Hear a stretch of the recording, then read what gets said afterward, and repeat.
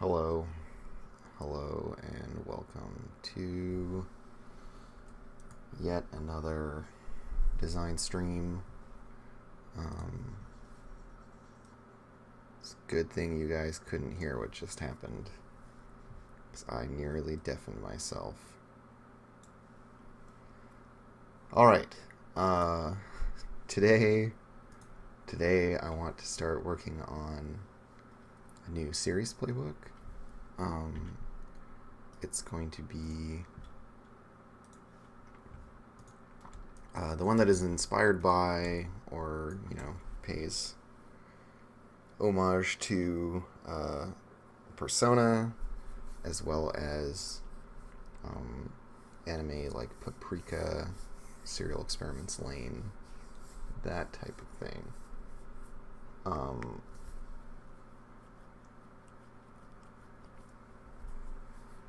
I wrote a brief description of it in my notes. I'm going to actually just read through that real quick, make sure I get myself on the right page. So yeah, the themes I wanted to delve into were like sex and sexuality, identity, and then like thoughts and ideas as viruses.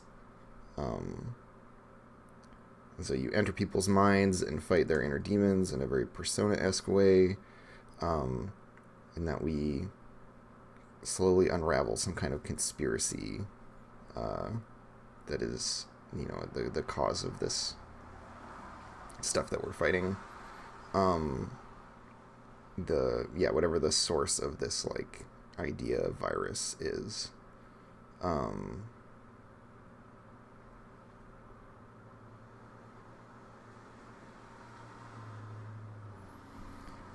then there's an anime, the name of which I can't remember, so maybe I need to just quickly look this up. Let me see what the... Right, it was called Paranoia Agent. And it was a really good one for...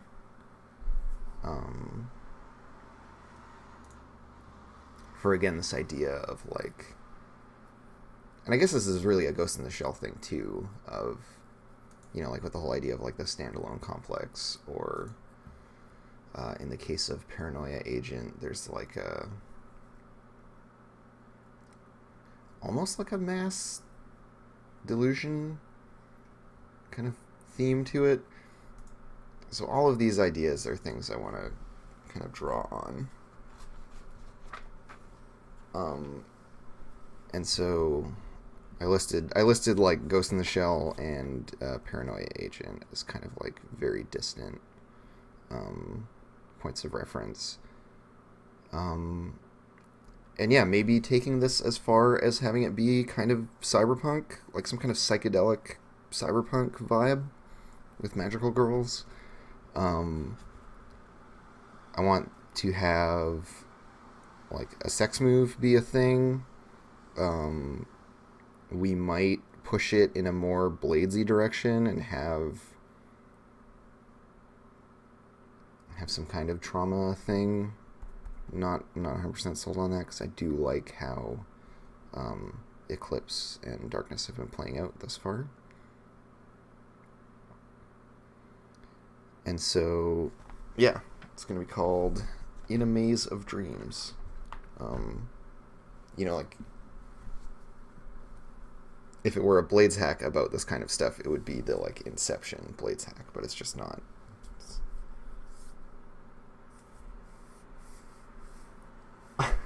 Oh, wow, Red Troubadour. Okay. I knew that you worked on doing localization for Atlas games, but I did not connect the dots of like, oh yeah, it's working with this thing. I might pick your brain, but yeah, basically all of these themes and notions, that I have in my head, we got to talk about like how do those actually come into the game.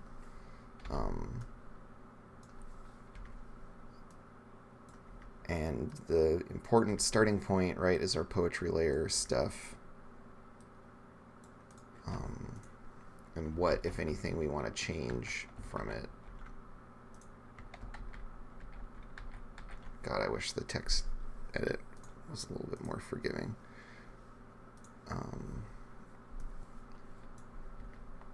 Let's see, because I want to get rid of this, and I want to get rid of this.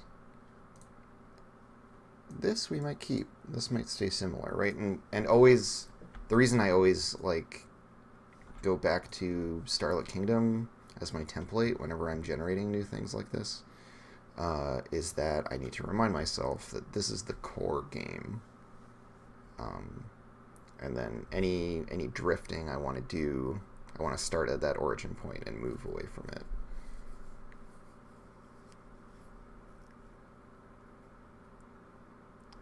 So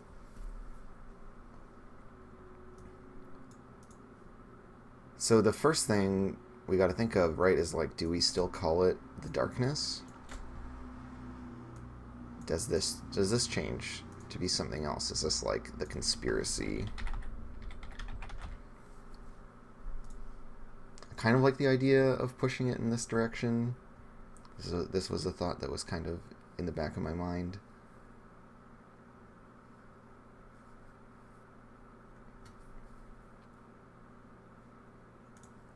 And I think this needs to, because we kind of want, and then so here's the other thing, right? Like, if this is about mystery more than the other playbooks, do we change how much of the info we front load, right? Because like in Starlit Kingdom, we know the nature of it. We know its agenda. We know its origin. I've been considering rephrasing this because basically the idea here is like, it makes sense in the context of our origin, but it's kind of misleading to say its origin because really this is like, who are these people, which are different from their nature and their agenda.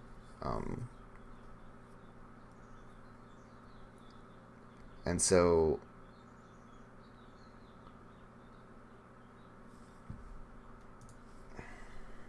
it's like, how much of this do I want to conceal in this idea of a mystery? I like, for me personally, I'm really into knowing more than my character does and playing into stuff. And I usually do a pretty good job of not hedging in a way that kind of would wreck this approach, but I don't know if other folks would prefer.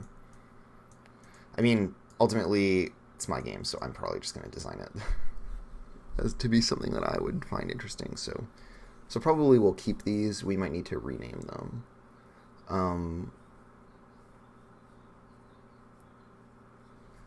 And I think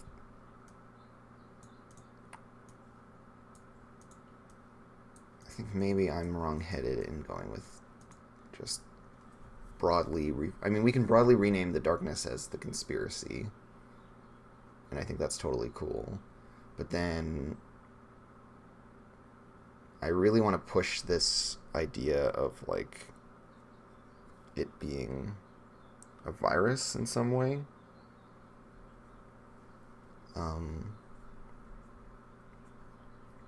So there should be like a conspiracy, but the conspiracy is propagating this virus. It acts as like a vector for it.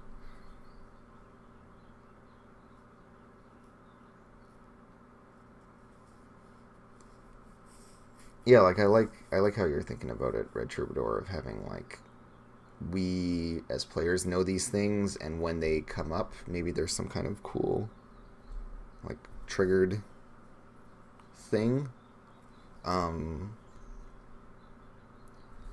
And I think instead of a hideout, we're gonna have like a section that's about the mystery. I think in the spirit of how in the bad one we have, in Darkest Night we have our tragic fate, and we get to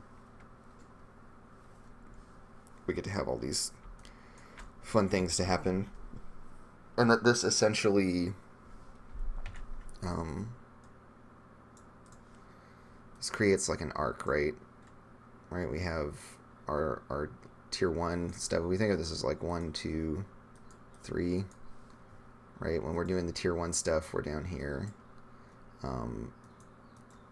We have our rising action as we start hitting these tier 2 things, because the tier 1 things, the idea here, right, was like these are just more about maintaining. These are, clear stress or harm from one PC. One PC can escape their darkness, and the consequences are relatively narrow in scope, right? Like we get a new enemy or we lose a friend. And this is like, both of these end up being kind of like pathos things in my mind, right? These are like calls to further action. And then in tier 2, when we're in our rising action phase, right, each PC and the crew get an advance. One member of the crew betrays us to darkness. So this creates a big tangible action that occurs. And this buys us time.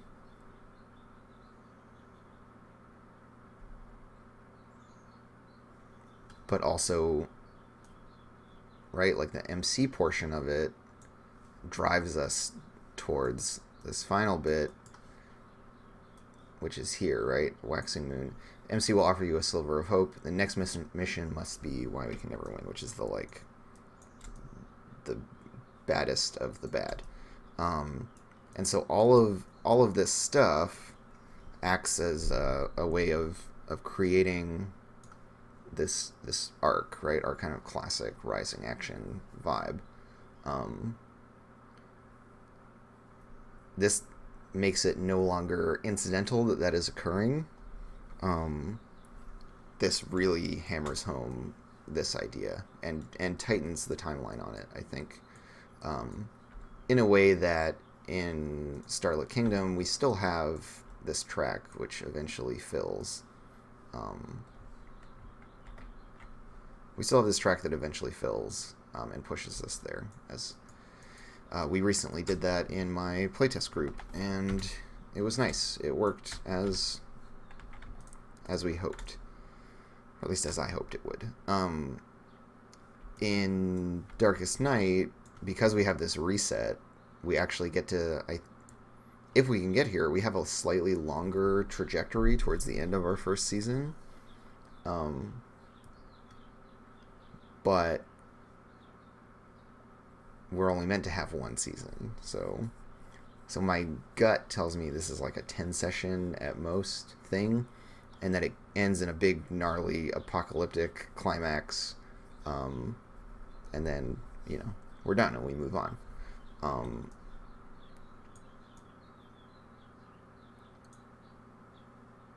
So with that in mind and its purpose, if we look at the Starlit Kingdom and what it has the hideout, which is much more, this is like a long form thing, right? We don't expect to get through all of this in one season, and this is kind of something that we can pivot around, and that enables a longer format play because we at least have like a fixture in the setting that is consistent, because characters might still die or retire or whatever else. So I feel like as in Blades, if we're doing long format Blades play, we're gonna have a story centered on the crew and the like various generations of it. It's nice that the hideout remains a fixture, even if it moves around and changes. The like stuff of it can act as an anchor. And then similarly, in On a Sea of Stars, we have the flagship and we have the engines, which can very easily outlive the characters. Also, I went way deeper into organizing and structuring this playbook,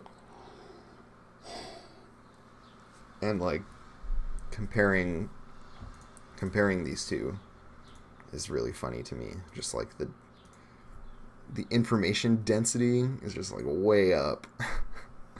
and the use of the space is a lot better. Um, so it's nice to see that there's some progression for me in that sense, just like getting my layouts better and more efficient and stuff. So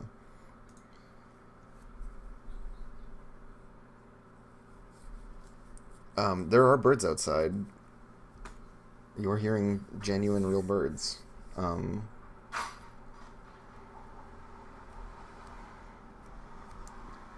And so for this playbook, right, we want to think about,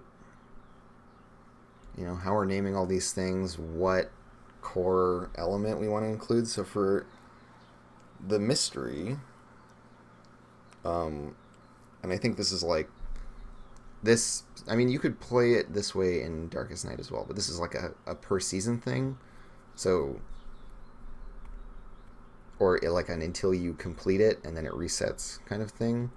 And so I would like for this grid to be repurposed as a way for us to track our progress. So I'm going to actually just start writing notes for myself here.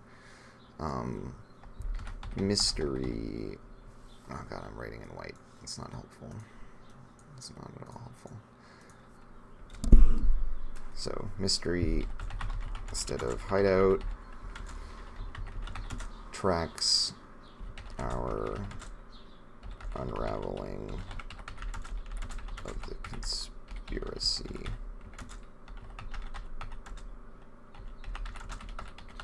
Completed, acts as a season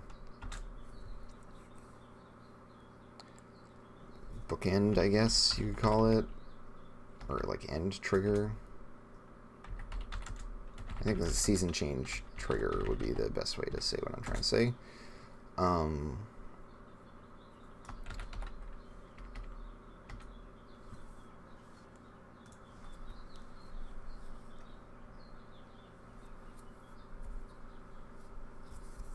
And so with all this said, I'm now thinking like, hey, maybe this replaces investigation track or supplements it.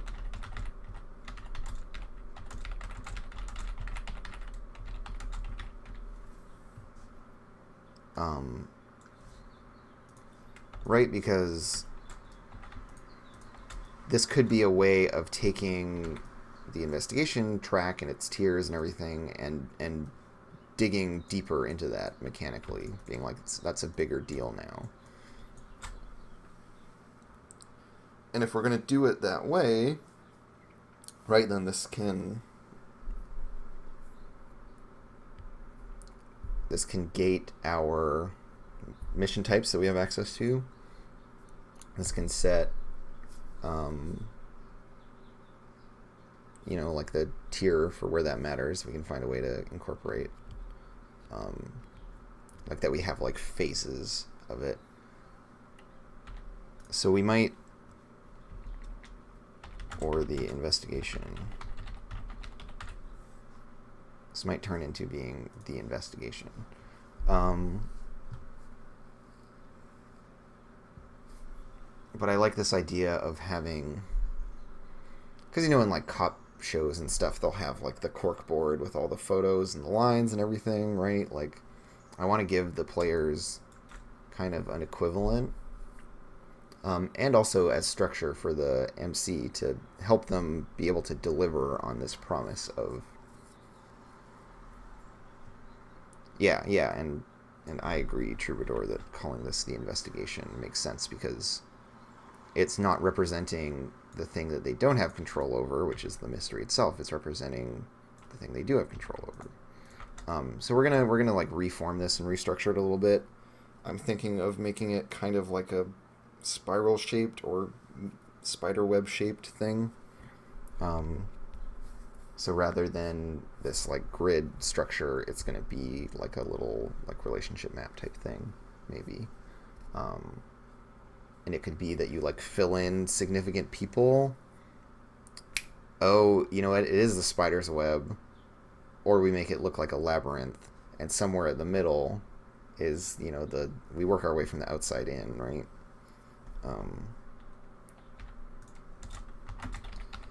Spider's web or labyrinth.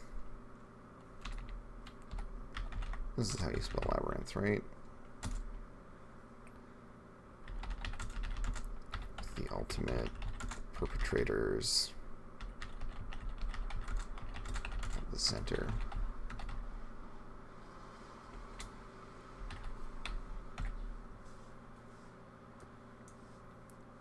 This text is just way too big. Please be in size 10. Thank you.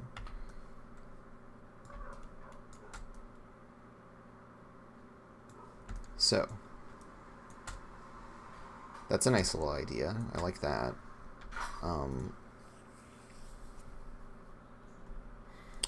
Did I really mix up? Whatever. My spelling is terrible. I just...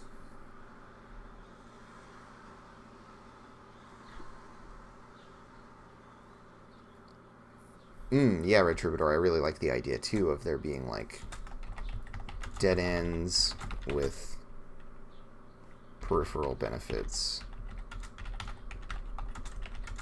for pursuing them.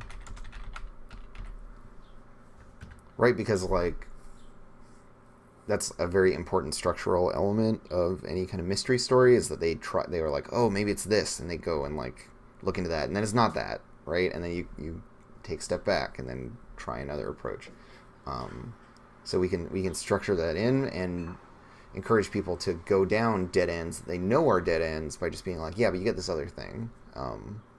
You know, there's like a, you know, there's power crunch at the end. You get a little boost. Yeah, little side things for them to pursue. Totally legit. I'm digging this idea thus far. Okay, so I'm just going to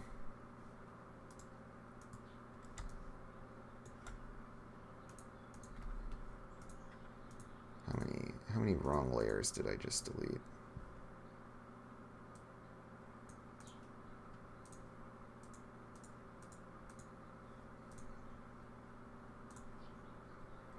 I'm just trying to get rid of all of these hideout related text boxes.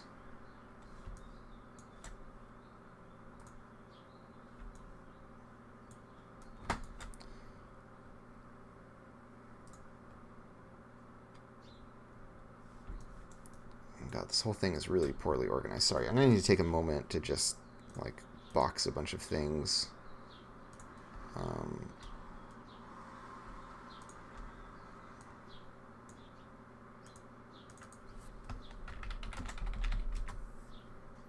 This should be the whole logo. Should drag series name in there. This line is only that. And series name. Let's move these up into this. Great, so now I can just hide that whole section. Perfect. And if I lock it, I can't fuck around with it. Even better. Alright.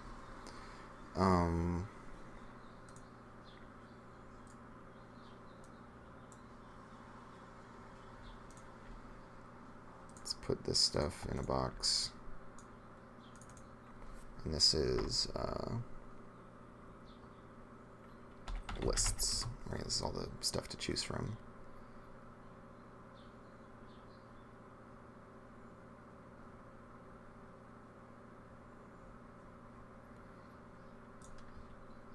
And then this stuff here is all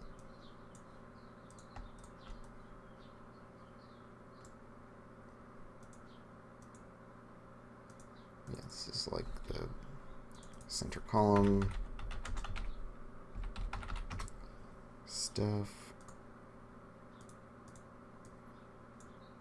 Venter column. Gosh, typing is on today. And then all of this stuff can go into a box as well. So this is right side column.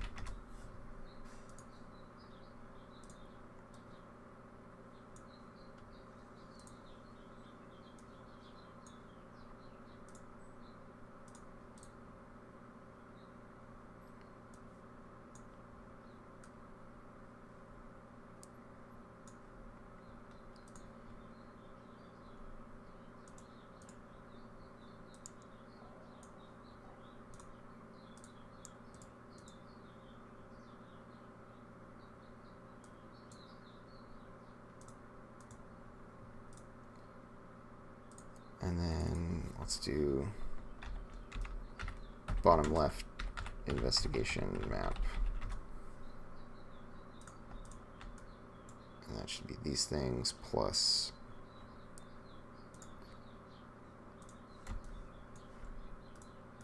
yeah, all of this, right?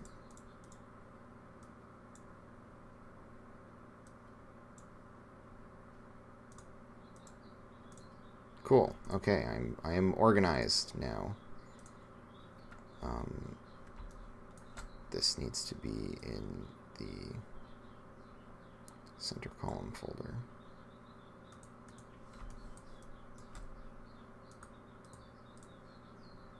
It's probably down at the bottom and it needs to be up higher. There we go. Okay, somewhat organized now. Feels good.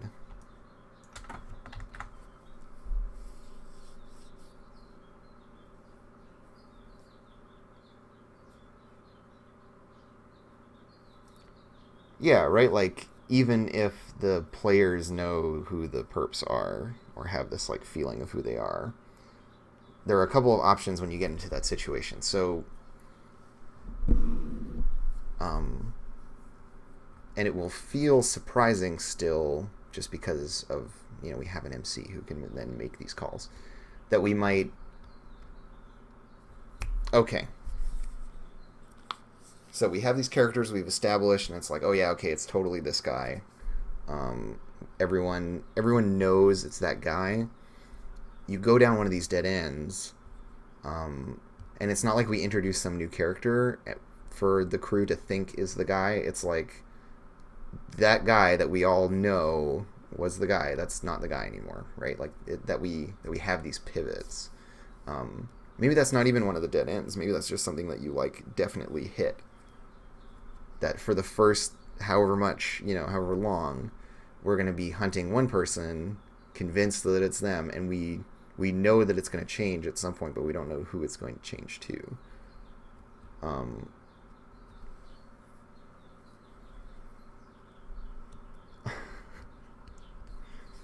Yeah, I can see lots of stuff like that, which just, you know, like we don't want to explicitly know what the answer to the mystery is. We want to have leads and things that we're pursuing, but we want to know that there's the possibility that the mechanics will force those to change.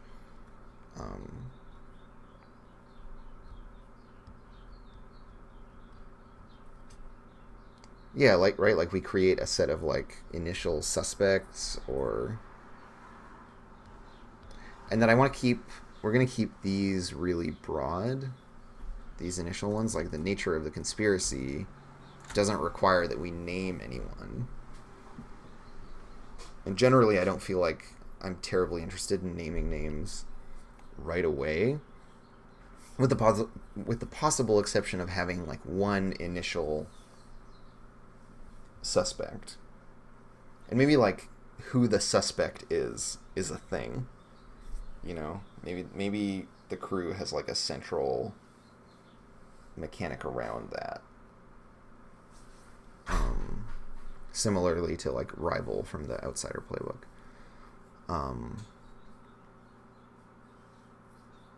I think there's potential there. So for nature of the conspiracy, I don't know if I'm quite ready to dive into this poetry layer stuff. Right, like the agenda is a lot easier for me right now. That are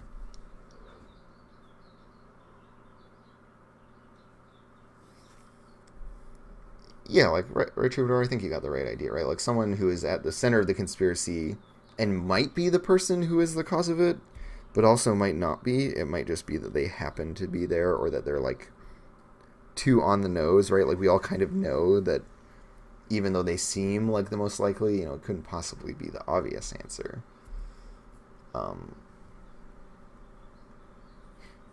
Stuff like that. So what is this thing, which we must always remember is an ideological virus? What is this ideological virus trying to do? What is it what is its, reason for being? Is it to, like, control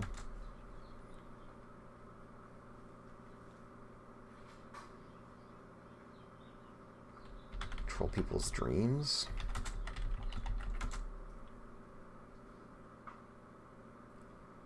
Doesn't want to, and I'm just going to be like writing a crap load of these and winnowing them down.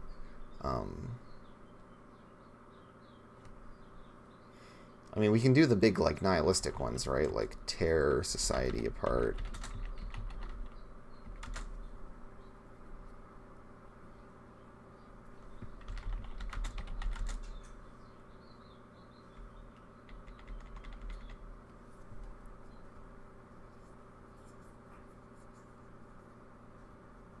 And yeah, right. These all need to be active in our kind of active voice, so they all need to include some kind of verb.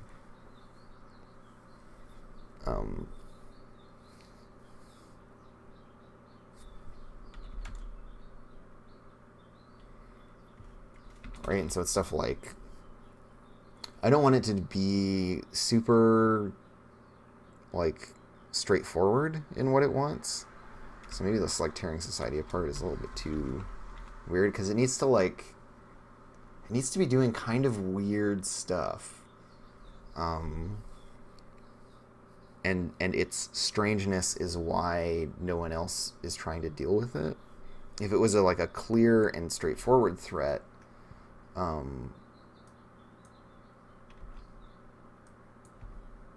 it would, like, the authorities or whatever would deal with it. So, like, controlling people's dreams, I think, is really neat. Particularly because, like, that's, like, the setting in which the game takes place in a big way, is, like, inside people's dreams.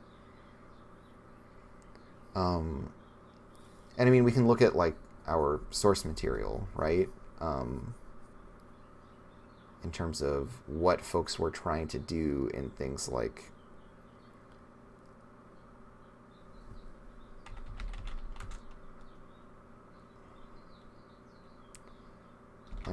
drive people to self-destruction.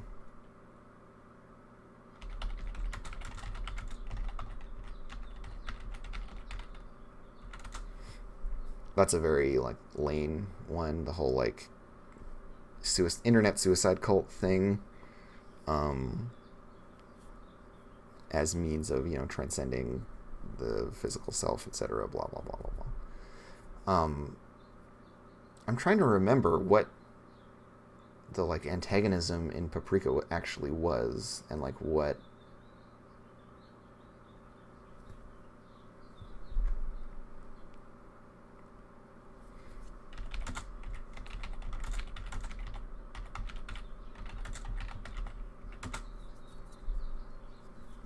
like this one here is Paranoia Agent, right?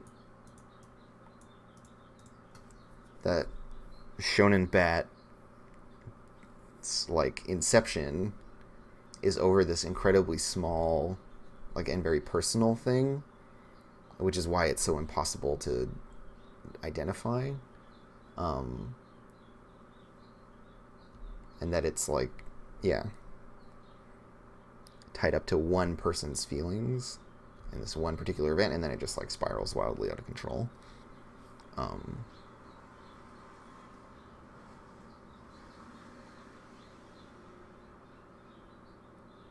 And I like the idea of keeping these all very personal, or to do with, like, either specific individuals, as this one is, or, like, intimate details of regular people.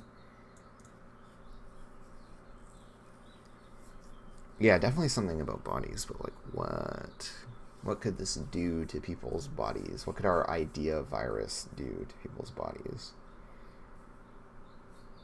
Does it change our relationship with our bodies?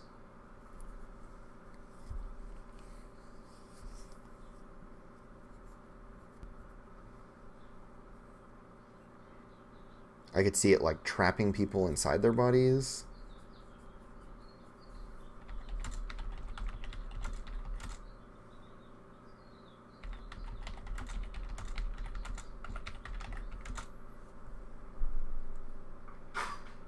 right? That it like forces people into catatonic states. I definitely like this idea of like a dysphoria self-perception thing. I don't know how to throw that in as a like broad prompt that still hits on, because like dysphoria is a deeply personal thing. Like it's hard to make a dysphoria that can be applied broadly across many people. Um,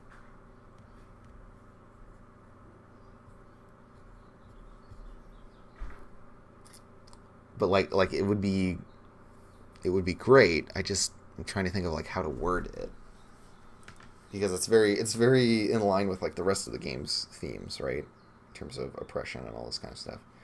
And I like the idea of the conspiracy provide like this virus being perpetuated by the conspiracy, um, is like another answer to the oppression that exists in our society.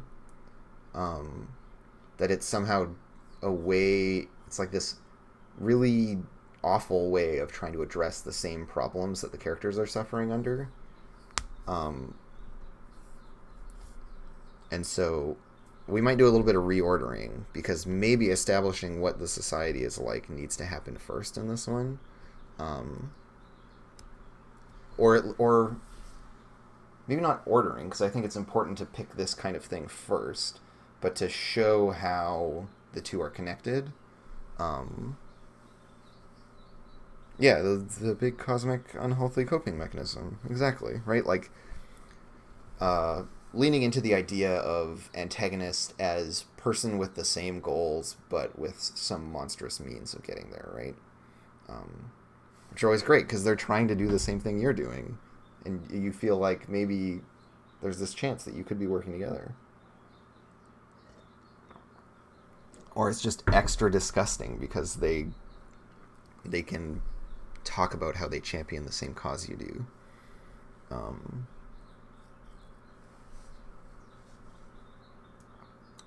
and yeah, I think we do want this one to be. This one's going to be in a fairly like cyberpunk place, but like a more psychedelic cyberpunk kind of space. I don't know if there's a like sub genre way to talk about that, but yeah, like all the anime I've been talking about, I feel like rides that line quite well.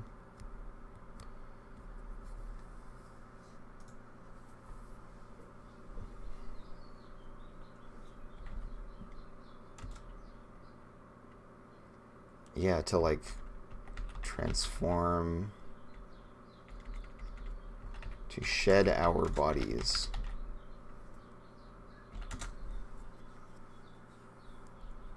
To make us shed our bodies.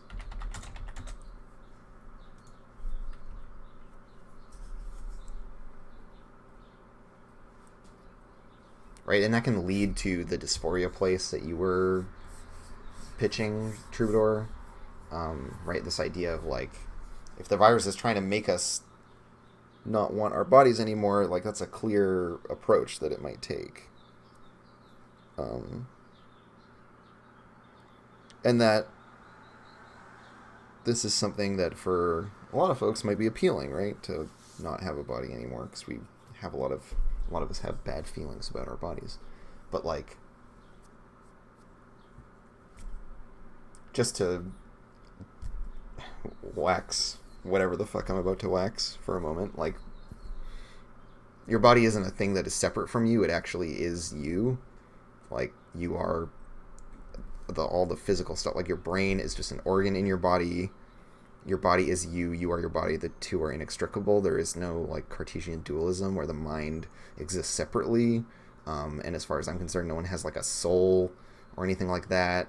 Like, your consciousness is a thing that is happening inside your body, that is wholly contingent on it. And we know this is true because we are able to modify people's behaviors and their consciousness. Like, the fact that you can get high means that you are your body, right? Because you're just changing some chemical dials inside yourself or hijacking certain parts of your brain chemistry to, rewire them for a moment. Um, right? And so, like, to shed your bodies is actually really bad. um, and although like our culture makes us feel shitty about our bodies a lot and makes us want to dissociate from them, that's not actually the answer, because because you can't do that. And to, like, change one's body is to change oneself. And that at times it is, like, obviously necessary for certain folks who experience dysphoria and all these kinds of things. But, like, your body isn't a profane thing. Even though society often holds that to be true, is kind of one of the points of my game.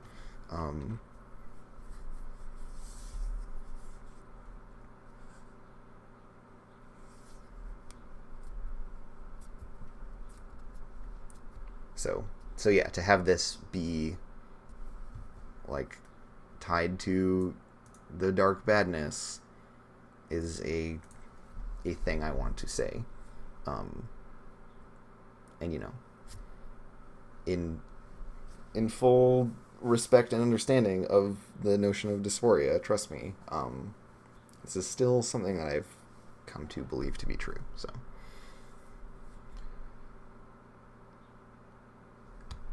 okay, what other fucked up shit can this ideological virus do?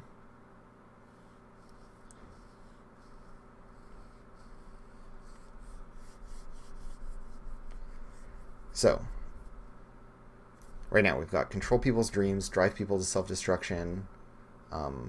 Its agenda is to hide one person's shame, to isolate us inside our own minds, to make us shed our bodies. And the last two are kind of like the inverse of one another.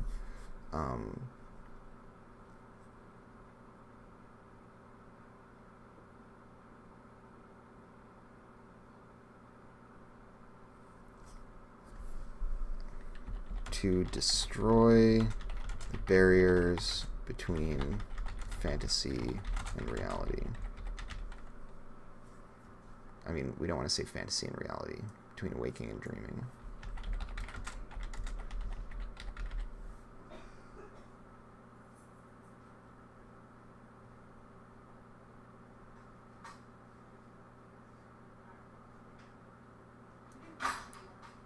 Let's use shatter.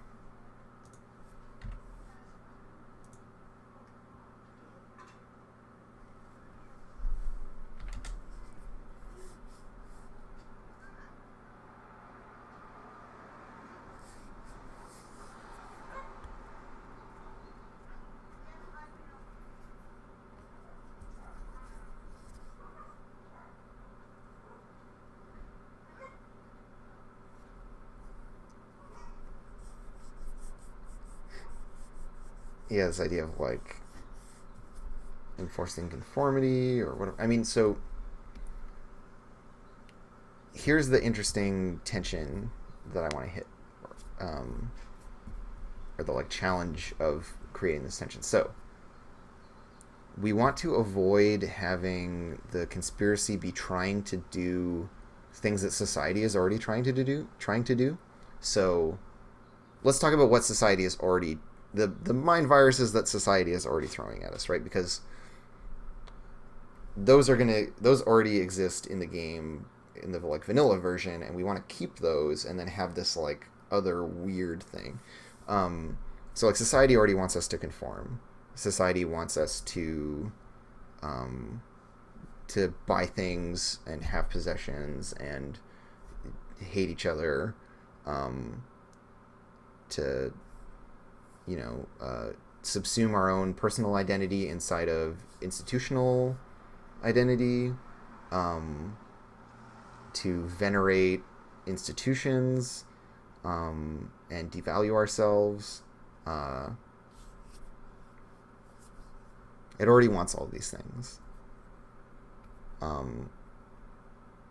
And so what I want the conspiracy to be providing is like a counterpoint to those things that is equally monstrous, right? Like a way of liberating you from society's like oppression of your gender and your body, right? Is to have you shed your body, or to like isolate you inside your own mind, so that you live in a world where you have only your own like context and not society's context, or that it exists to right, shatter the barrier between waking and dreaming as a way of resolving the like mundaneness of society. But that, yeah, that ultimately it is just a replacement of one garbage situation for another, and that the protagonists are in this awkward spot of being radically minded people who need to shoot down this thing that, like, 'cause the conspiracy has the power to like destroy society, which is both a good thing and a bad thing, right? Because like society sucks, but how apocalyptic of a undoing of it do the protagonists want? And does the way in which the conspiracy is tearing it down align with what the protagonists want? These are more the kinds of questions I want to push us towards.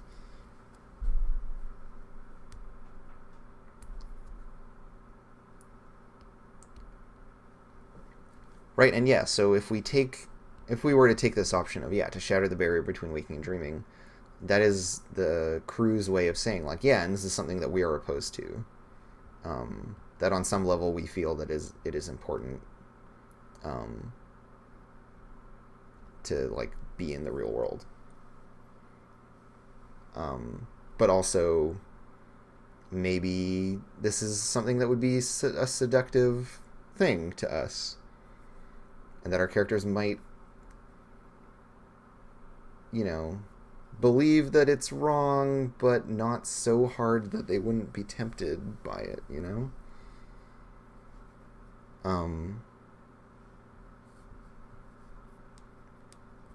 where your story goes and what value judgments you look to assign to all this stuff is going to come up in play, and your series might have a mid-season pivot where it's like, oh, actually we need to tear down this other thing.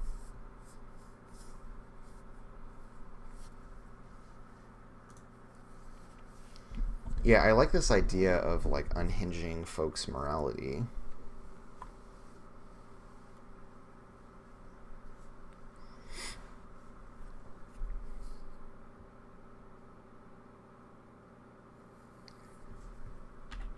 It's like to instill an alien morality in us.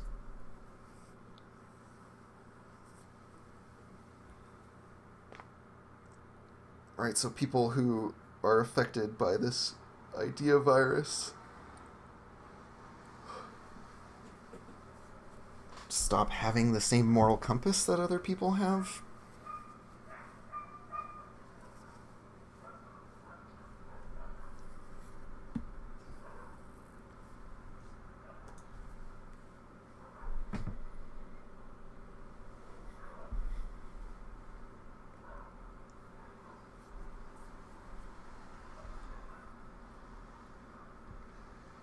Yeah, and the main thing I want to emphasize is just like these need to be fucking weird. It's really important that they be strange. So I'm gonna be doing some revision on this for sure. Try to find ones that are sufficiently bizarre.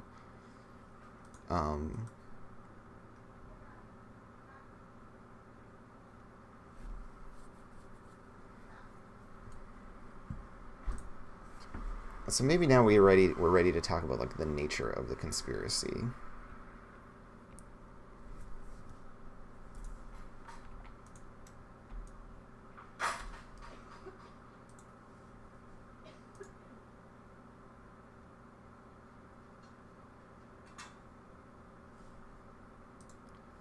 Oh god, just doxing myself.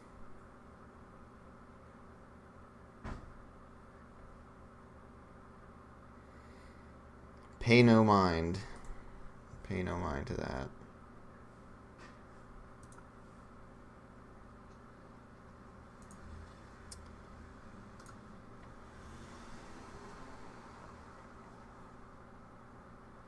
So, let's talk about the nature of the conspiracy. So, like, a lone messianic figure seems like a clear starting point, right? Like that ultimately at the heart of it, there's just like a single, like, prophet figure.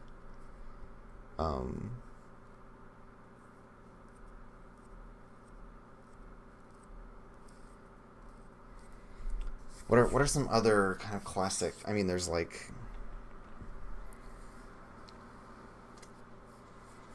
a shadowy secret society.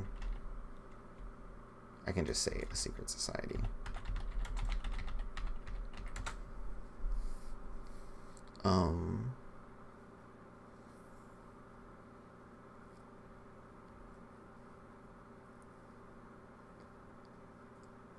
And again, these can get really weird.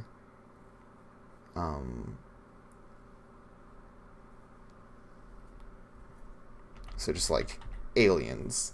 One of them should definitely just be aliens. But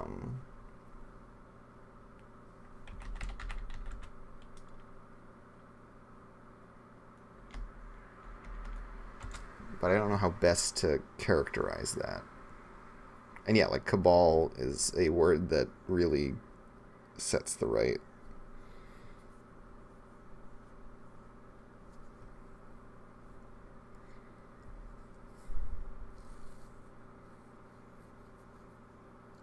And like one of these could just be like the beatnik movement, you know, like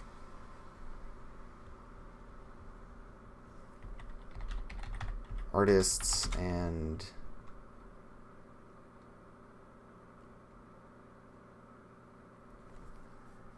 I mean, this isn't really the nature of the conspiracy, though. This is the other thing. These are like the perpetrators of it.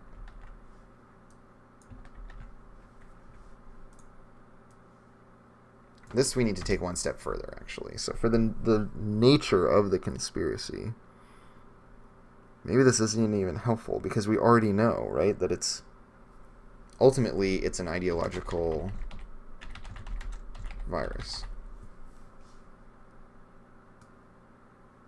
Or just even like an idea virus.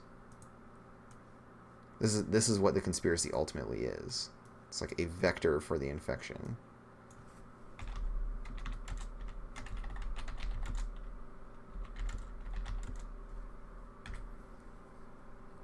There kind of is only this one option.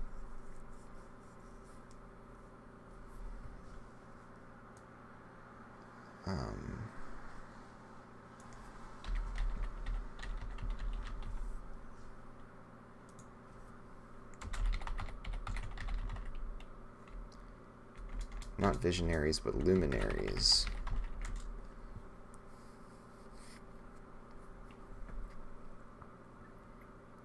One of them could be like actual witches. Could be like the cabal could actually be like a cabal of sorcerers. I think is actually super sick. Like they're just fucking wizards causing it.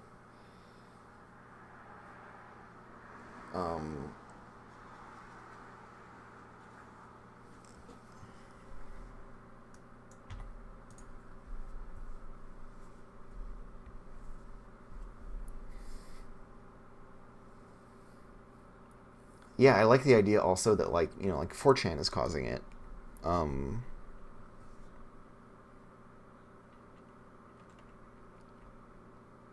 But what would be a cool way of referring to stuff like that, right? Like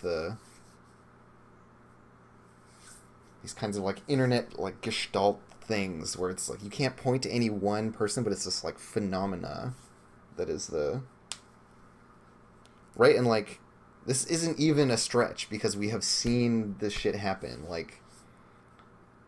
A like the revival of fucking like fascism and white supremacy in the United States centered around like gaming forums and fucking like men's rights activists and stuff. Like these weird little internet pockets kind of like snowballed into being this horrifying thing.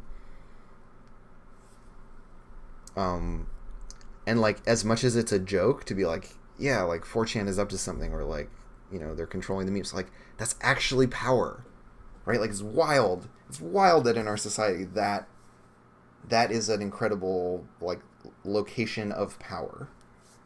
Um, and so like this isn't even its perpetrators. This is like the vector of infection.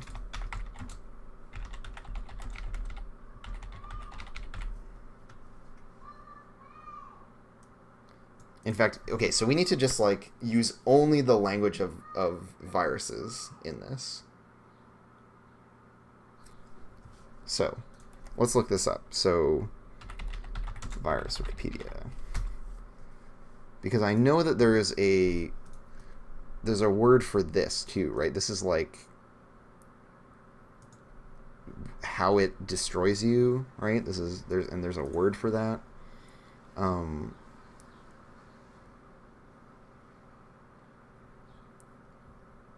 So like these are about like the functions of a virus.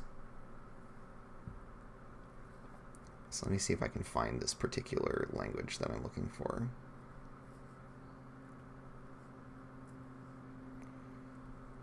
Just looking at an article about viruses.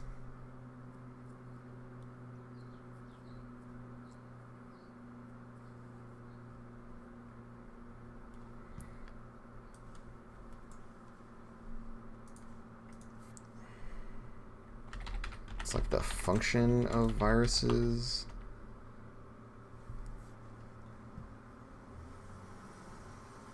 God, what is the word I am looking for?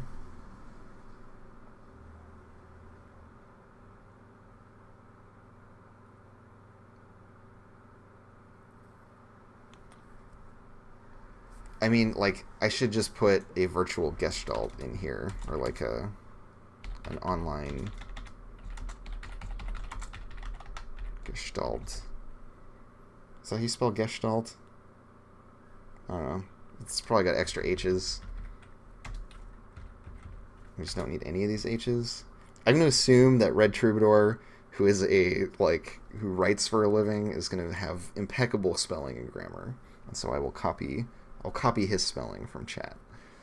Right, but this is the it's like its mode or whatever. Like there's some word for like the functioning of viruses that covers this notion of like how it kills you, basically. And just let me pretend that Red Troubadour has perfect grammar and spelling. Okay, it's gonna make me feel good.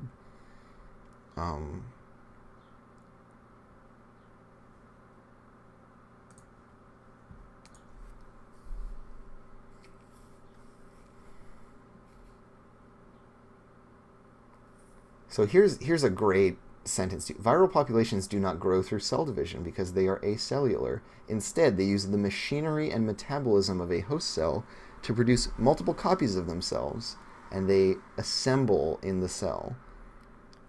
Right? Like, I love... Viruses are fascinating, by the way. Can we just talk about how, like they're, like, little tiny, like, protein machines.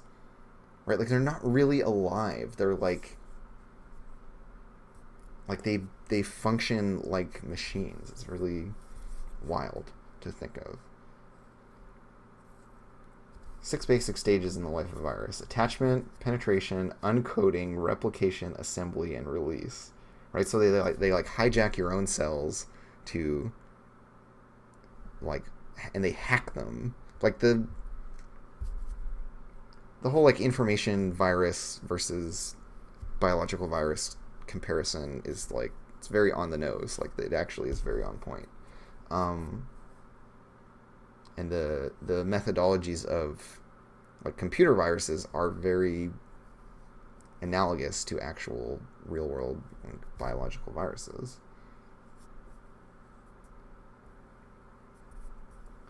Right? And so they'll have like preferred targets. Yeah, and which is something we could talk about, like the population that it targets. I'm just gonna start writing some notes in here.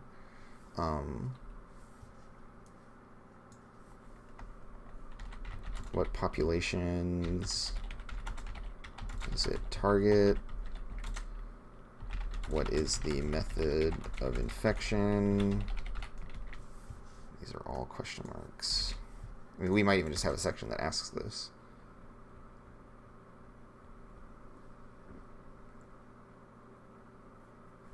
Right, this is like how it kills you. I know that there's a word for it. I can't. And I can't think of a good way to like search for this kind of language on the internet. But it's about like, you know, like people at the Center for Disease Control would use these kinds of words, is the kinds of words I'm looking for.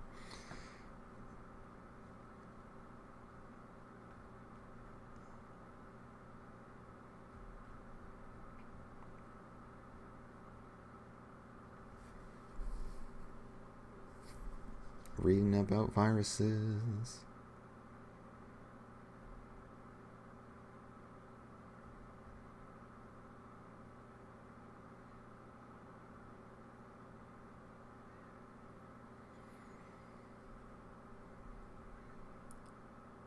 Also, like, just the sheer complexity of these things at their like tiny little scale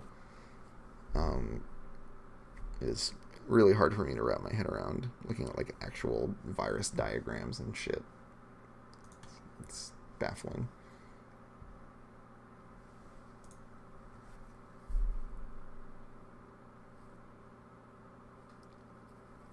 So Naja is saying pathogenesis.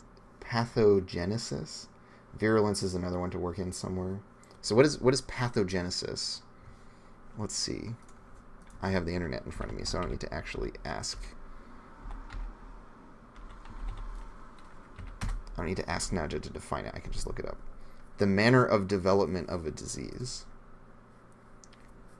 The pathogenesis of a disease is the biological mechanism or mechanisms that leads to the diseased state.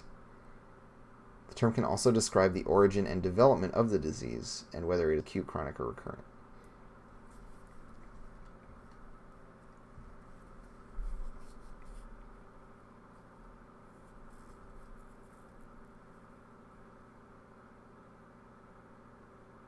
Right, and so this is not just about viruses, this is about disease in general.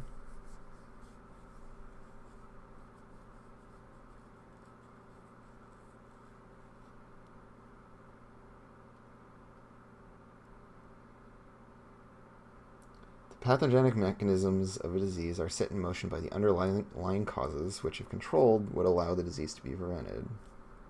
Right, okay, yeah, so I don't know how deep into the language we want to get. Sorry, sir, you have acute alien dream hijacking syndrome. Right? Like, this diseases are going to be weird.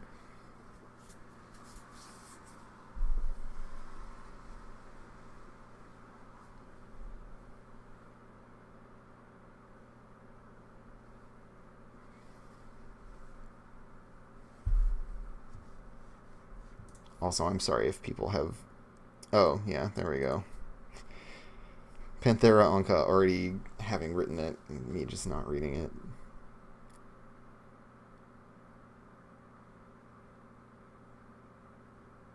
Sorry, I'm like not the best at actually looking at chat. It's all the way over here. It's far away. So I don't think I can, in good conscience, just be like, yeah, it's pathogenesis. Figure it out. You're a bunch of nerds. What does a pathogenesis mean? Um, but we'll think of a good word here.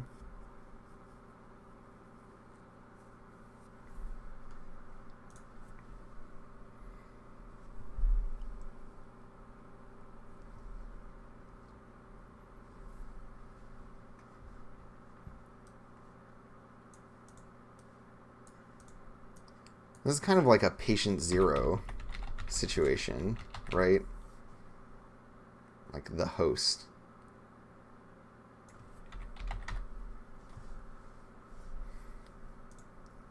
And this one's a fun one to come up with, so let's keep hacking away at this. I'm getting distracted. It's impulse. Yeah, impulse. Impulse is the word. That's a good one. And it's hilariously, it's language I've used in one of the other series playbooks for a different thing, but for a parallel thing, the engines in On a Sea of Stars have impulses.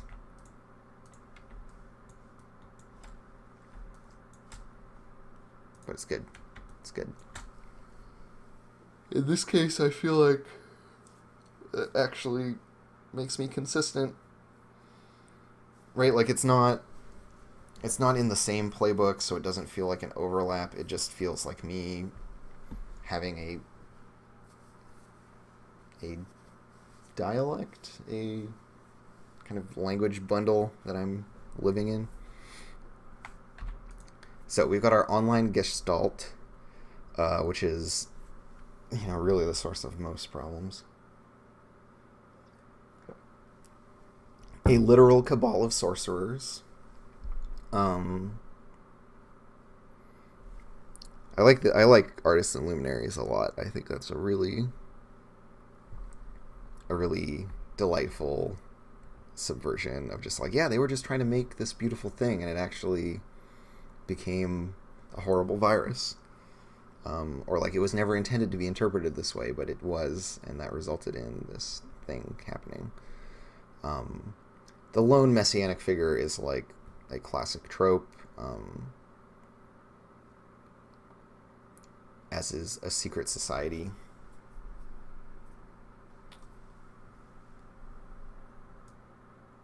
Oh, should this be sorcerers? Do we want to go super nerdy and make it sorcerers?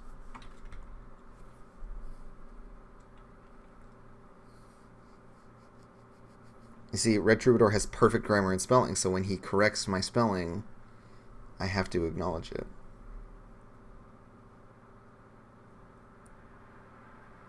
Right? Like, I can totally... So here's the thing. Panthera Anka says, oh man, if we could get apocalyptic unintended consequences from something other than a science experiment, that would be swell. And though we don't see it in media very often, there are lots of examples of that happening in real life. And like ranging from variously in their scope, but like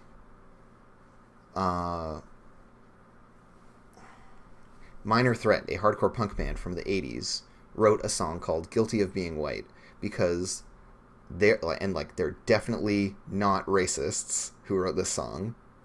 First point, like misguided young people perhaps, but anyways, these like 14, 15, 16-year-old kids, they wrote this song because they lived in DC, and they had this awkward teenage angsty feeling where like the majority of the folks that they interacted with were actually black, and that they, as white people in their high school or whatever, were in a minority. And so whatever his name is, he writes the song about how like, and it's very, I mean, it's a hardcore song from the 80s, and so it's very petulant and very teenage in all of its like content and stuff. And he talks about how like he has all these like feelings of guilt, but also like discomfort at having these large problems that are basically caused more by his predecessors and by his family, and that, like, he doesn't have an understanding of his own perpetuation of them because he's a 14-year-old kid or whatever writing this song. So anyways, kid writes a song in, a foolish act or whatever, but then, like, white supremacists obviously were, like, super stoked on this song, and, like, all of these shitty people latched onto it. And so for the artist who made it, it was this, like, horrifying experience where something that he made got interpreted in a way beyond what he expected it or wanted it to. And he, like, felt real shitty about it. And so, like, art gets misused all the time and creates problems all the time. And, like, we're seeing lots of this happen in America today. Where, like, people do things in a maybe misguided way or in an ignorant way, like Pepe being being a Nazi meme now, right? And, like, the artist who made it is definitely not associated with those people in any way, but it has become this, like, rallying banner for a bunch of horrible people, and that it has like enabled their bullshit. Despite the artist's intentions, or, like, agnostic to the artist's intentions, right?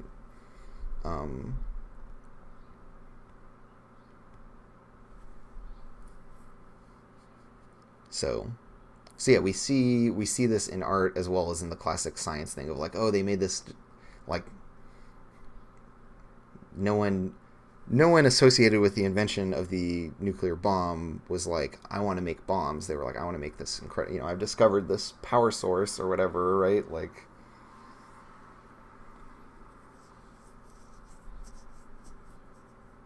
someone did an analysis of Bloodborne as an inversion of the monomyth, using blood as a stand-in for the apple of forbidden knowledge. Some item or act is the host's means of trying to touch the face of God, become gods. Huh. So now that we have steeped ourselves in these thoughts, what are some other hilarious hosts for our ideological virus?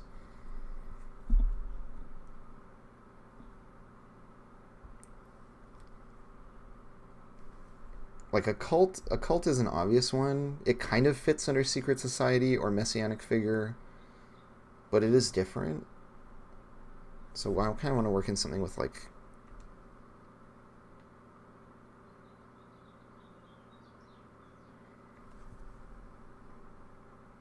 I mean, subliminal messaging would be a good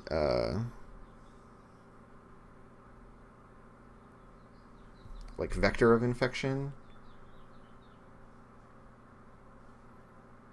which might be, like, another category that we need to make here.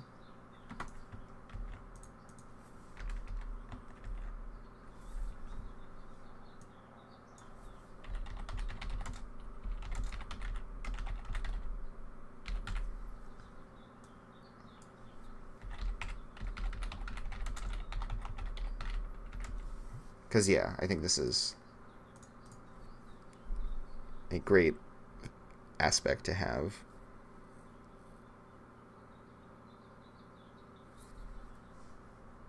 Right, because, like, there is a lone messianic figure who uses subliminal messaging, or, like, I mean, like you were saying, like, an advertising campaign or something, right? Like, consumerism could be the vector.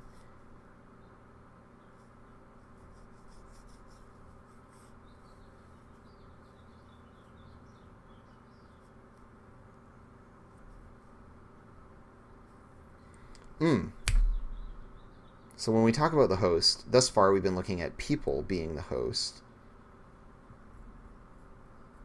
But there is the idea of, like, an object being it. That being said, like, the works of a person versus the person, I think, are, like, separating the two is not necessarily constructive.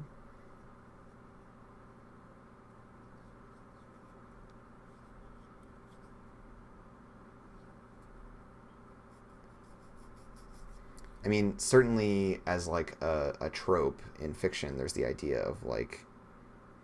So here's something we can talk about. Okay, so the idea of, like, the Necronomicon, right? And, like, the Necronomicon as far as I can recall, there's no one. There's never like, oh yeah, so and so wrote the Necronomicon. Like its author is unknown, and that's part of what makes it so sinister. Is that it is a work without a creator. It's kind of just this like malevolent thing, like, which for all we know has like always existed. Um,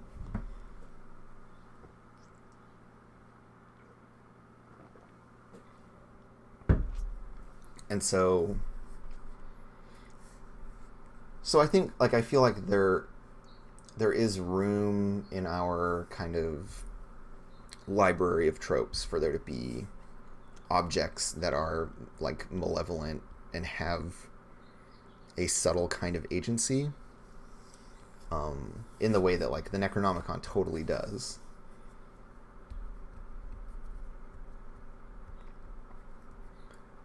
And I mean, like this online gestalt could cover this idea, which I think is great, that Stixius is suggesting, of like ideas themselves becoming some kind of entity. Um, this one gets very close to it, but we could maybe take that one step further and get into like how would how would I summarize that idea in brief? Because it's like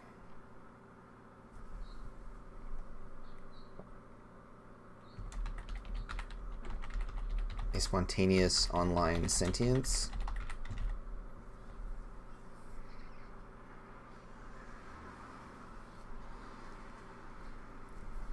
Spontaneous virtual sentience.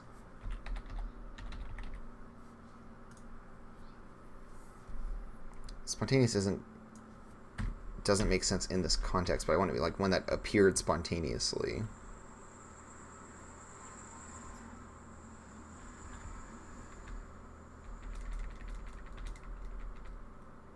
Like a mind born of data.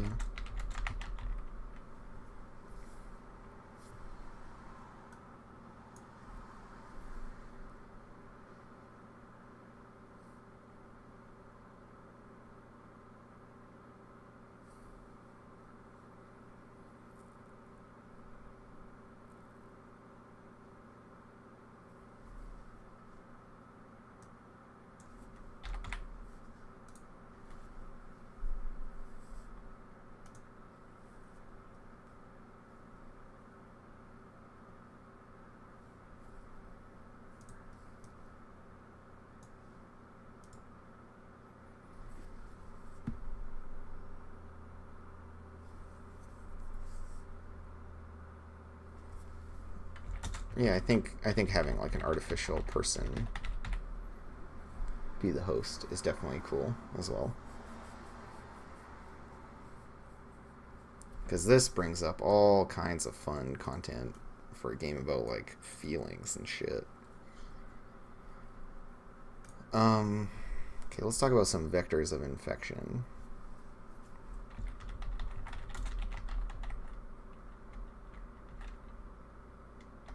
If I say message boards, I might alienate a portion of my audience. Online communities.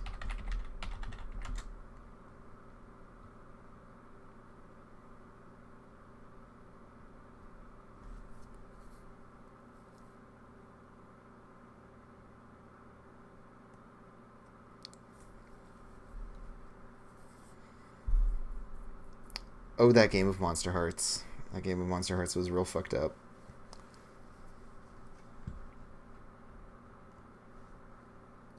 So it's impulse. Control people's dreams, drive people to self-destruction, to hide one person's shame, isolate us inside our own minds, make us shed our own bodies. I think I can get rid of a lot of these twos. Shatter the barrier between waking and dreaming. Instill an alien morality inside us. Could be a lone messianic figure, a secret society, artists and luminaries, a cabal of sorcerers, an online gestalt, a mind born in data, an artificial person.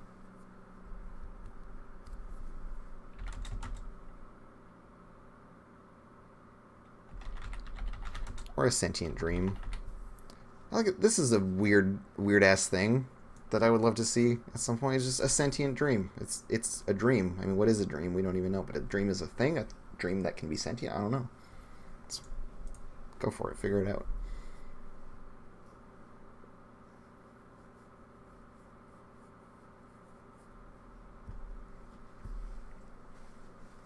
Yeah, and we want to keep these vectors of infection super broad, super duper broad.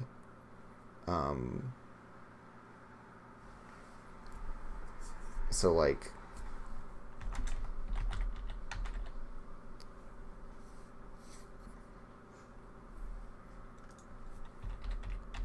a subculture dialect. So like a way of speaking is how you get the virus.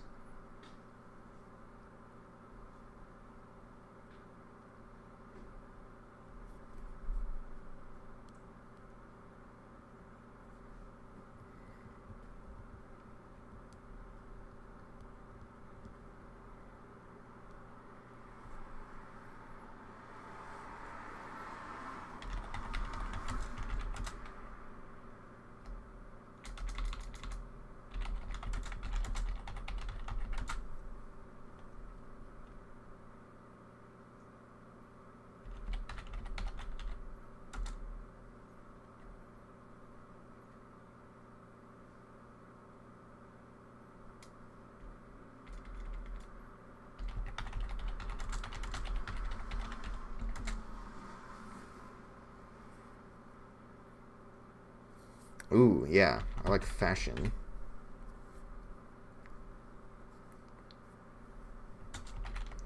I kind of like grouping some of these together too. So like fashion and ritual.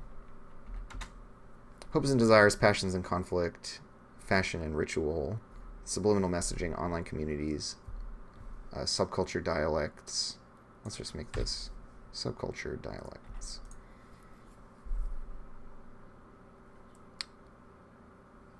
Yeah, to like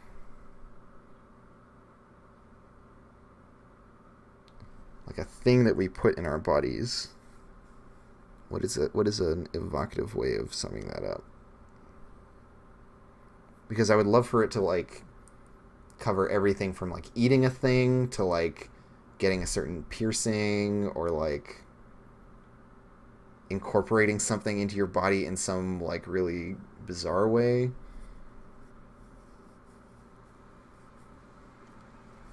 I mean, yeah, diet and addiction seems strong as well.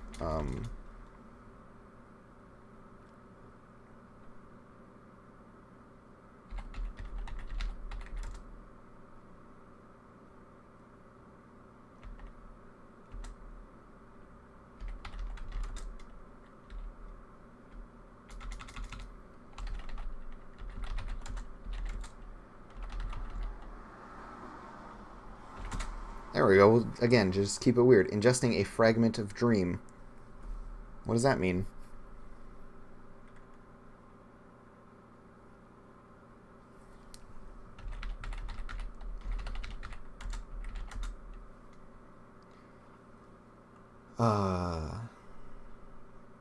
So like consumption and like I want one that it combines both like consumption in the sense of like yeah just like eating a thing or like injecting a thing or whatever, but also just like consumerism. um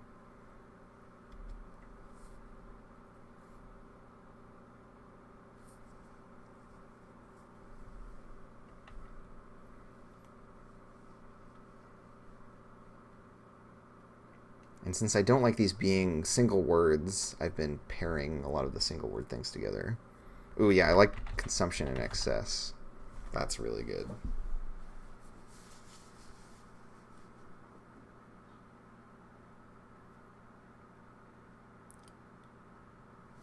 Because yeah, anytime. So here's a window into my thought process on these. So like anytime that I myself or that I see someone else come up with a very specific example, I try to come up with a really generalized prompt that includes that example. So like Red Troubadour being like, yo, I still think actually ingesting or injecting something could be a pillar here, the proverbial Kool-Aid. Like, pointing to these very significant, like, yeah, there should totally be a thing for that, right? Like, that's a core kind of trope. But then, rather than just being like, yeah, it's exactly that, I want to then say, like, cool, what is a broader thing that I can write that's going to include that, and then also maybe push people into like other more open-ended directions, because I want to try to take the thing that is compelling about that specific grounded detail that we already have established and know, and I don't want to just rehash that trope. I want to try to hit the nail on the head in terms of like what is that trope about, and then try to make a prompt for that, because with all of these prompts, specificity kind of kills them. Like, online communities is almost too specific. In fact, I think it is probably too specific. Like, I need to branch out a little more, maybe. But there's like a slider in terms of how specific you want to be. The more specific you are, the more narrow the scope of the setting and the content.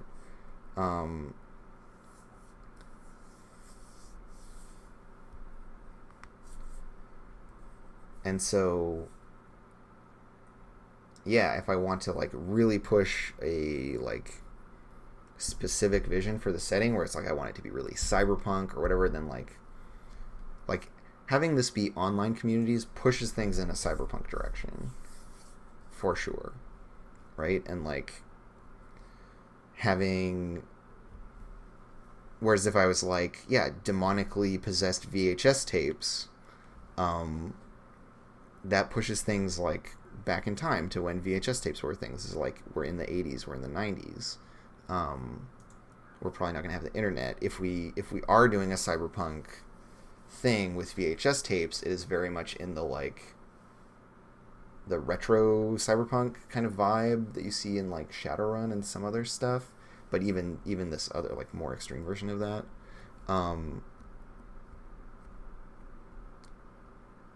And so with all of these prompts, it's really critical to be mindful of like the space that they suggest, and how big or small I want that space to be. As it so happens, so like already all of these are, here's how I would kind of contextualize these right now as they stand. They're all very urban oriented. They're very contemporary, and they're very strange, if I were to use like 3 words to describe it, right? So like nothing in here really fits in a like rural setting or a fantasy setting,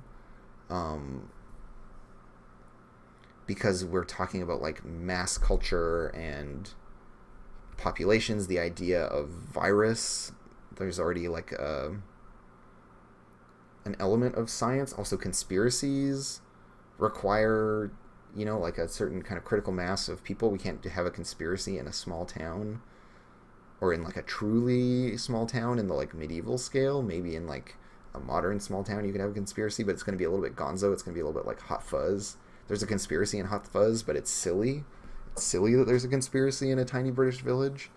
And so, yeah, generally we're looking at like urban spaces with lots of people, that we have like information technology as a thing,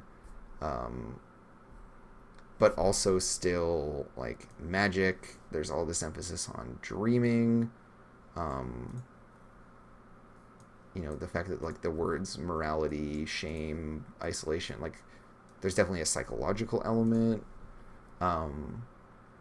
So this is where we are currently pushing the setting. If I were to change, so if we were to take like this idea of dreaming and just replace anything that was talking about dreaming with like internet shit, right? Like some idea of like a virtual space or whatever, right? We can take the whole setting and pull it in that direction. I think there's definitely room for like the dreaming world to be like a fully immersive digital fantasy space, but it's not required at the moment, you know? So these are just some of the things I'm trying to be aware of when we're writing these. I feel like online communities might be a little bit too specific, but we'll see. Subculture dialects kind of covers... So if we want to go back to that whole, like, 4chan causing the apocalypse idea, right? Like, I read this really great article recently where they took Reddit's and did an analysis on, like, the words that are used in any given Reddit, like, subreddit, and to try to find, like, the top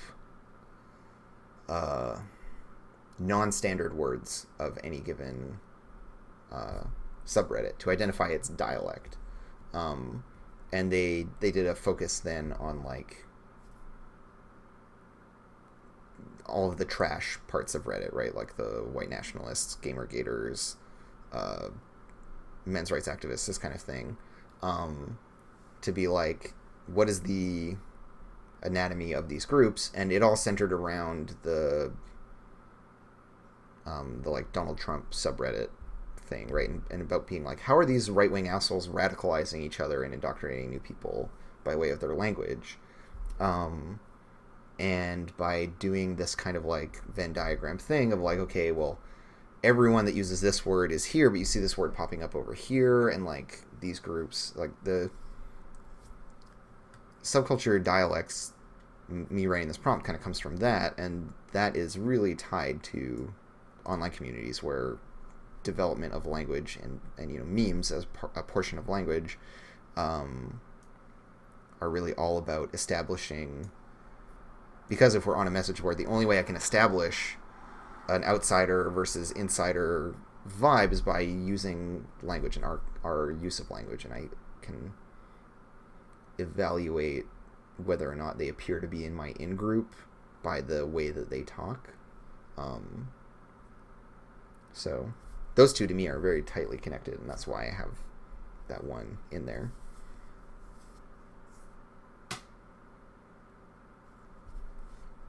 But like, as some folks in chat are saying, right, like this being my read on it doesn't necessarily carry that these two are tightly connected.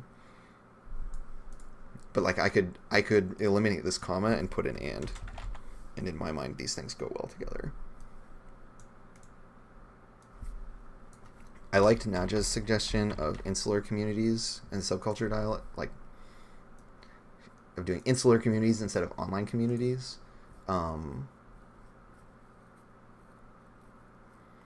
We could eliminate the word insular and the word dialects and just have it be communities and subcultures.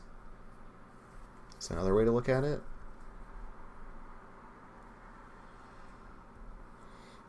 Noel 808 brings up a good point with regards to my whole like conspiracy in a small town thing of Night in the Woods being like a more real and dark take on it, as opposed to Hot Fuzz, right? But like, and yeah, that's totally legit. So there's definitely room for it. I guess for me personally, like a lot of these themes feel very urban. And like the idea of like what is a small town, and like small towns, how I conceptualize them, like I'm probably thinking a lot smaller than I think it would be fair to say. Like from what little I've seen of Night in the Woods, while it is certainly not like a big city, it's like a kind of suburbanized small town. As opposed to like I'm conflating in my mind. I'm taking small town and being like isolated community, which maybe it isn't. But anyways, it's interesting for me having chat to jive off of when I'm writing these things, because y'all are like your own people with your own collection of like media stuff and associations, and seeing the disconnect between my thoughts and yours is always very interesting.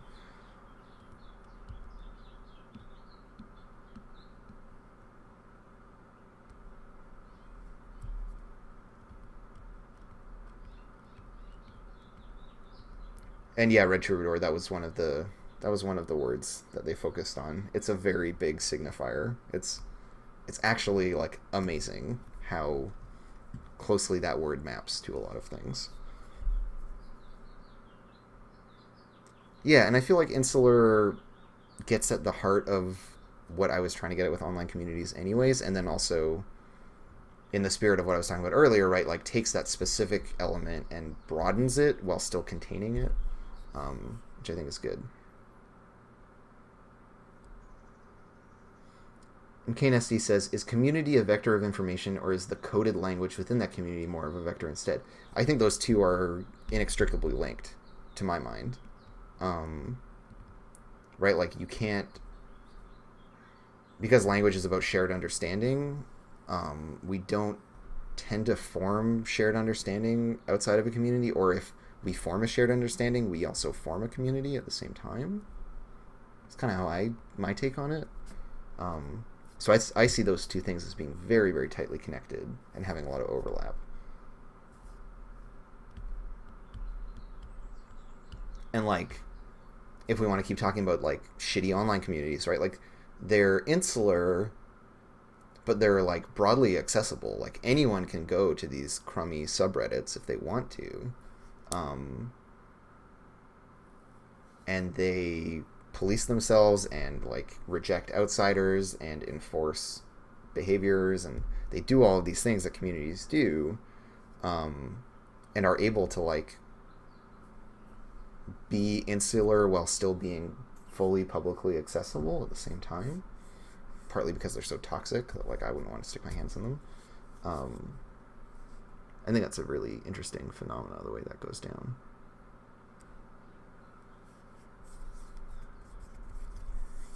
Yeah, so like Kane, I think you bring up a really important point of like, is it the community itself? Is it the coded language? Like where does that happen? Um, and I think those two things form in parallel in really interesting ways.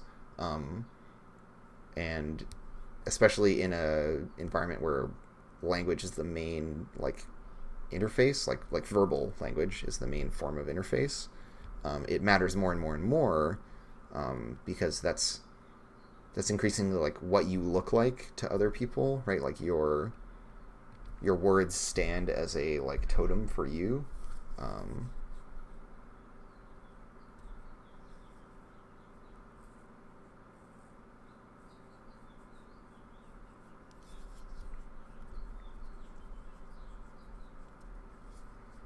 Okay, so here we go. Red Troubadour has a thing. He's put something here. So, sheltered, severe. You were raised in isolation, cared for by an insular group, cut off from mainstream society, and their worldview has severely warped your social preconceptions. Yeah, that's very much what we're on about, right? Yeah, this idea of like recognizing the language not for its coded elements, but for the face value meaning. Um, I think that allows for, right. Like if we're talking about it as a vector of infection, like that would be a really cool thing to bring up in the games, right? That like people start talking this way innocuously, and they essentially, in doing so, take into their bodies and minds um, the coded language, which then like hacks their brains, right? Um, yeah, the whole idea that we've been seeing a lot of talk about with like dog whistles, right? Um, Words that say one thing on their face and then have a like a coded second meaning, um, which you get a lot of with like racist rhetoric, nationalist rhetoric. Um, there's a lot of like accidental racism on the news where they'll like disproportionately refer to people of color as like thugs, or in the case of the recent hurricane stuff, like white people find things, like black and Hispanic people in America loot things in a crisis, right? Like all this kind of shit. I mean, we're veering way off topic here, but essentially, right? That's why this kind of shit is in here as a vector of infection, because this is one of the most like relevant to people living in America things that I could possibly write right now. Yeah, so this idea I've only recently this has only recently entered my awareness as well, Troubadour. Um, yeah, dog whistling. It's really interesting. I don't want to go so far as to include dog whistles in my game text. Um, I think because again, this is one of those things where I want to step away from a specific point of reference and make a broader prompt that includes it, but also offers other things. And so when I say subculture dialects, we might have that be in our game that might be dog whistles, right? This idea that there's this like weird racist cult thing going on, and that they use this coded language. Maybe I will replace subculture dialects with coded language. I think this is the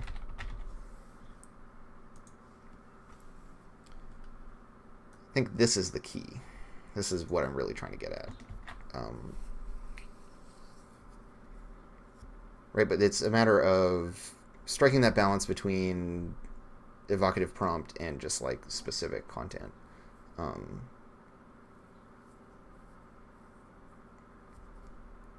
yeah, and then as Kane is saying, right, keeping it accessible to folks. So when I say dog whistle, they might be like, wait, so you just blow a whistle? It's one of those high-pitched whistles for dogs. Um, but if I say coded language, um, here's one counterpoint I will make to this idea, though, which is that in the prompt, it doesn't matter if they misinterpret it, as long as they get a good idea out of it. That's one thing I will say. So, like, if I put dog whistles in, and some people are just like, it's literally dog whistles, but that is cool for them, then, great. So, the thing I am trying to communicate here, like, I'm not really trying to communicate with these prompts. This is just me having a little, like, realization moment. I'm trying to, like, jar people's creativity. And so sometimes that might involve communicating, and being like, yeah, this thing that I'm putting in your brain. And sometimes it's just like, here's an object for you to like bounce your thoughts off of, right? To deflect your creativity in a different direction. Um, there is a smoke alarm going off in my house. Okay, no, it stopped going off. That's good. I was like, I might need to get up and deal with this. So let's move on to this. So I've already kind of decided I want to cut anything rural. We want to look at like big city shit. In the bad one, we have this idea of like a metropolis, a dystopic society, poverty and hardship, wealth and affluence, a society in ruins, a pristine and sterile world.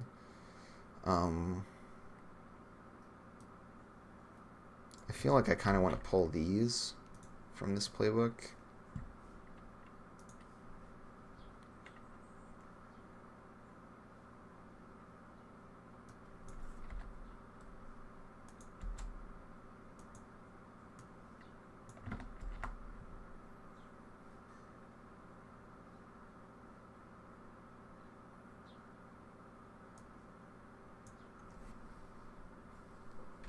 Kind of want to eliminate some of these.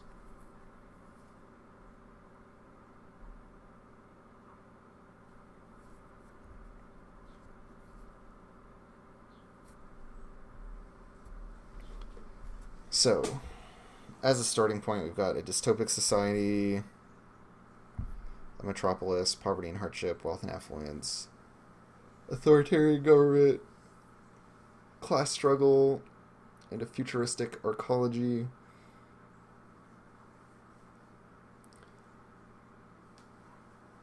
I feel like I want to change these really severely, actually. First off, poverty and hardship doesn't quite fit for me. A gross imbalance of wealth. Again, the whole thing where the mundane world, like horrifying mundane world stuff, and like this is all just actually about our society and how fucked up it is. And so yeah, there's a massive wealth gap. It's just what our lives are.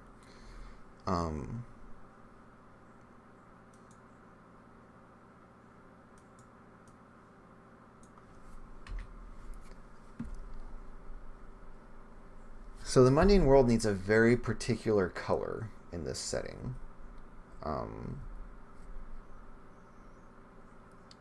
So I have a couple goals here with the mundane world. One, we want to push the cyberpunk angle. We want it to be, and like everything in this series playbook needs to be like vividly colored and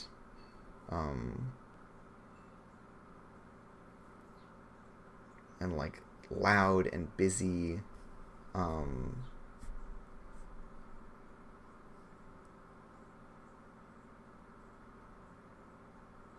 or to at least have a reflection that is that.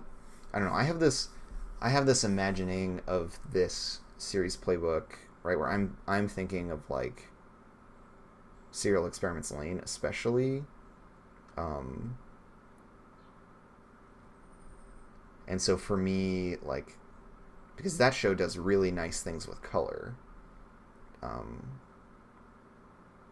like in terms of like the literal like visual sense of color. So I just keep having, right, and I can see in chat like my vision of this setting is like the complete inverse of what other people are thinking of, but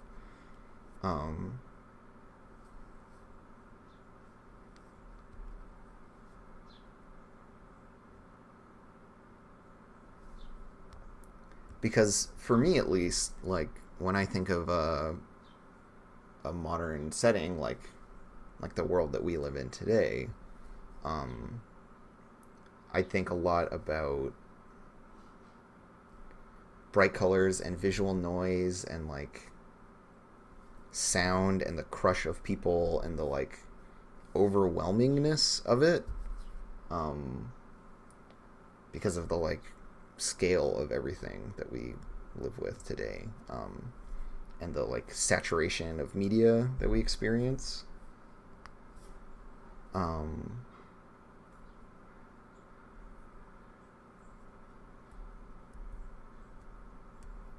But maybe that's not what I want to evoke here in this text, you know? And yeah, maybe it serves us better to talk about like a drab world. But I don't know. I don't feel like these. So here's again where we get into this situation of like my own personal thing versus like what's going to necessarily work for other people. Because for me, I can just have the whole series be like at maximum volume and saturation of color and like visual noise and everything, and to me that there's a logic to that,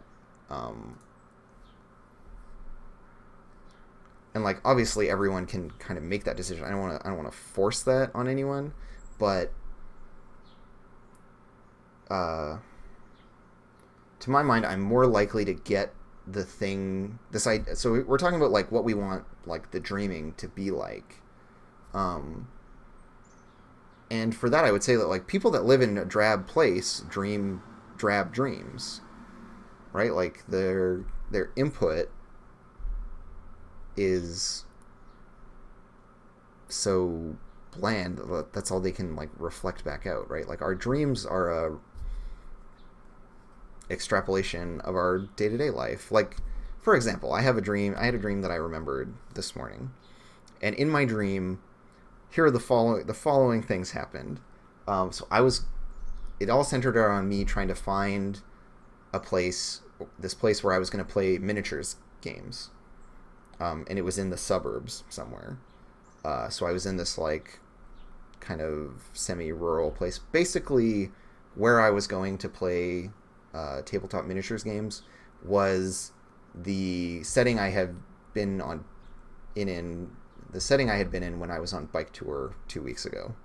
Like looking back and I'm like, oh yeah, like that was just my brain like making a collage of that stuff.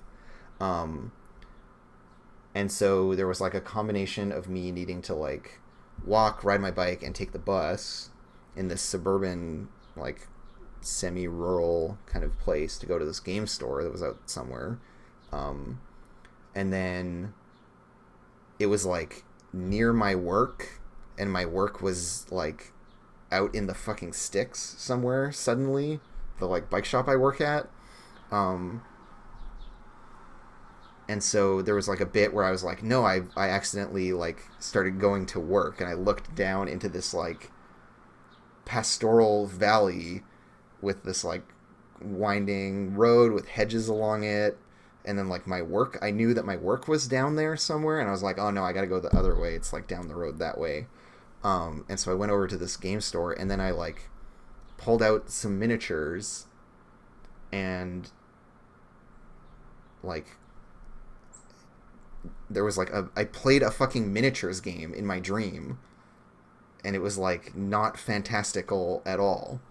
Um, and I like looked at the miniatures and saw the details on them, and then put them down on the thing. And there was like a game where there was like the main fight, and then a couple of little like isolate, like some of my points, certain number of points of my miniatures had to go in these little boxes to fight in like duels against my opponent's stuff. And like that was my dream, and that dream is just like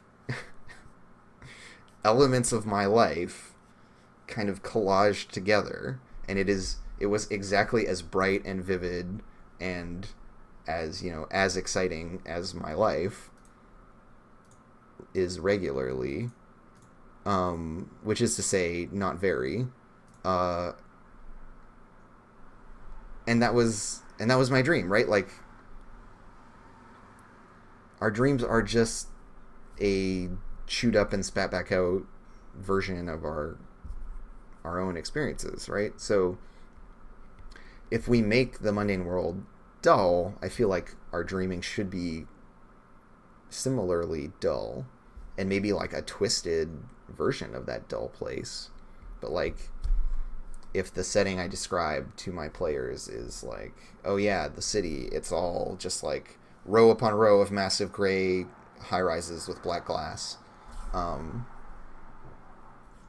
and you know they're like the humming neon streetlights at night, and everyone drives the same car. Then like if I'm picturing that in my mind, and I'm like, okay, cool, and y'all slip into the dream, you know, like what follows if not like maybe it's like a massive dark labyrinth of gray and black walls with the dull, you know, humming yellow neon lights overhead, like from some impossible angle. You know, we have these like street lamps coming in at weird directions or something. Like that's what we have to work with. And so if the world is bright and like frenetic and intense, then our dreaming can be equally loud and strange. Um, so this is my logic on it, right? Where I'm like, yeah, the mundane world, like the whole series just needs to be super like vivid and brightly or like strangely lit.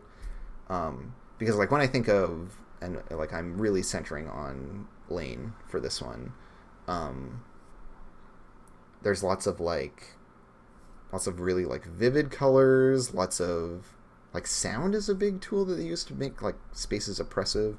But there's lots of like, you're out in daylight, and daylight is like really bright, and you get the like hazy kind of fuzziness of daylight, or the like the whole thing they do with the really deep shadows that then have stuff moving in them and like colors, and so and that one still, like, even though the mundane world is kind of weird, when we go step beyond that, it's like everything is just even weirder because it has this wider range of aesthetic kind of elements to draw on and to manipulate. So for me at least, I like the idea of this being like a buzzing, busy, hectic, and bright mundane world that then feeds into the dreaming. And, that all being said, do we have a section that talks about the dream broadly? I don't think so. I don't think the dream is one uniform space. I think that individual people's minds and their dreams are going to be... Yeah, like the dreaming must be very personal.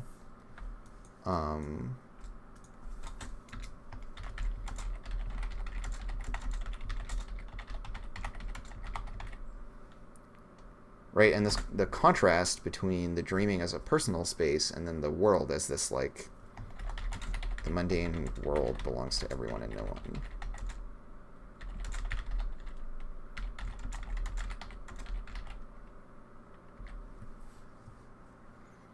Right, because there are far too many people for any one person's vision to shape it. Right, that's the problem with the mundane world. Is that we don't get to say what it's like because there are too many people with a stake in it.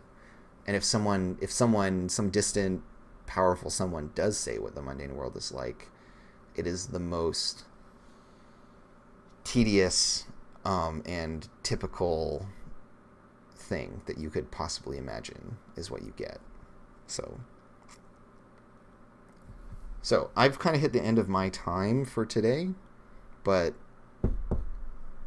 mundane world shit is on the docket for next time. We'll talk about what changes, if any, need to happen here with the sacred and the profane, and then we'll move into, like there is so much poetry layer stuff to write. We still don't have the nature of the conspiracy figured out. It might be that this is just a list of questions in this playbook instead of being a list of prompts. And then some of this is just notes. So I'll separate that by a line break just to make that clear to future me. At 2 p.m. today, you can watch me and Blue Jay and Dave and Elf and Adam playing D&D on twitch.tv/D&D, 2 p.m. Pacific. For 3 hours, we're going to be doing Tomb of Annihilation. We're very fucking official now, so we'll be on the D&D channel. And following that, I'm going to play some Armello with Ash on her channel, which is twitch.tv/Acegiak, ACEGIAK.